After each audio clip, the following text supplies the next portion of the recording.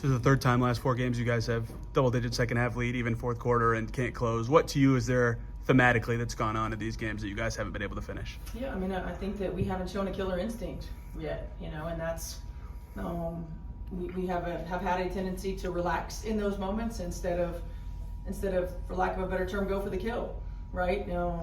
We've had empty possessions where we've been too lax with the basketball and have either taken poor shots or not valued every opportunity we have to score. We've had breakdowns on the defensive end of the floor. It's moments of mental lapses or mental relaxation that you can't have in this league. Tonight specifically, they had 35 in just the fourth quarter. What did you see defensively break down in that period? Lack of communication. We had a lot of people in gray areas. Lack of discipline to our coverages. We just lack of physicality. I think they scored 3 times in a row in the same play, and there was zero communication. And just like any good team, you go back to it, right? You continue to go back to it. Fouling, undisciplined fouling, all of those things that we have to be better at. I mean, that's something that we struggled with throughout the course of the season is just the undisciplined fouling and putting teams to the free throw line. And then we had empty possessions offensively. We weren't organized always, turning the ball over at critical moments, not getting high percentage, high quality shots, allowing their philly to affect us. Yep. You mentioned that sequence where they scored 3 times in the one play. Just how did that, Hamby getting the rebound, getting the foul, then Stevens getting the rebound, getting the foul. How did just that kind of take the air out of you guys?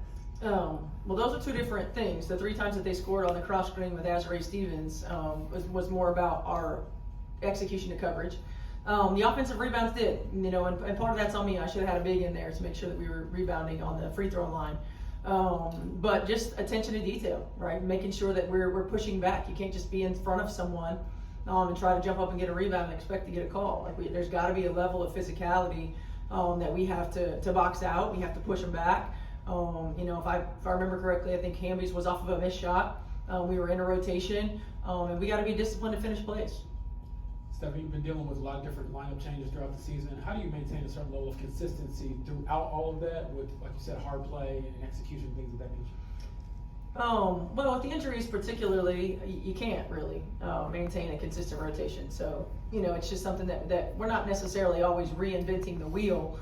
But at the same time, when you've got such a ball dominant player like Caitlin, out of the game, who makes everybody's job a lot easier, then you've got to find ways to try to position them to get some easy ones, which means that our screen setting has to be elite.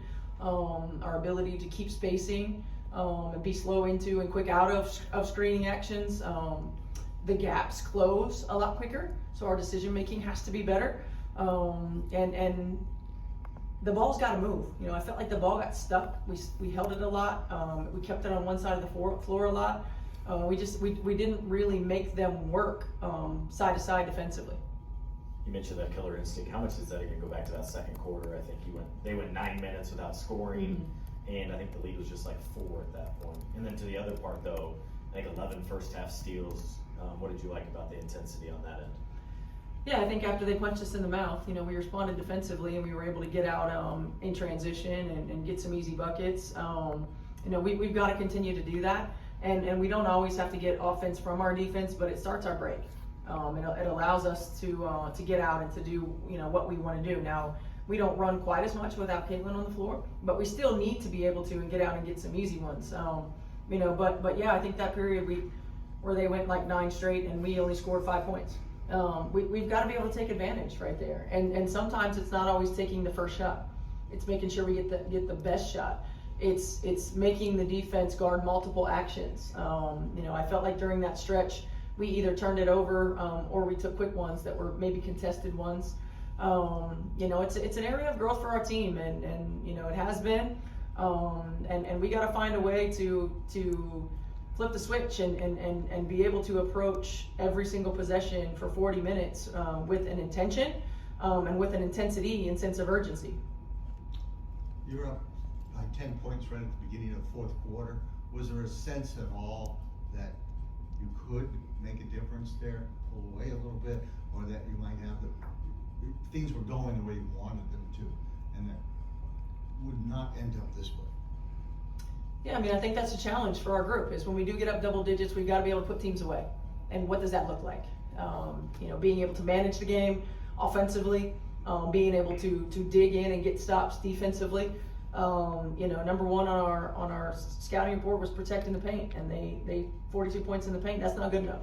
We got to be better as coaches and preparing them for that, and we got to be better executing it.